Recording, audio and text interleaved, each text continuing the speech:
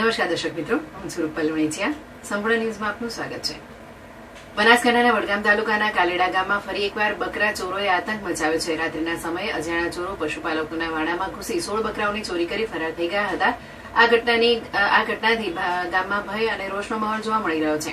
મળતી માહિતી મુજબ ચોરો મોડી રાત્રે પશુપાલકના વાડામાં પ્રવેશ્યા હતા અને ત્યાં બાંધેલા બકરાઓની ચોરી કરીને લઈ ગયા હતા. આ ઘટનાથી પશુપાલકને લાખો રૂપિયાનું નુકસાન થયું હોવાનું સામે આવ્યું છે. ઉલ્લેખનીય છે કે 1 વર્ષ પહેલા પણ કાલેડા ગામમાં બકરાઓની મોટી ચોરીની ઘટના બની હતી.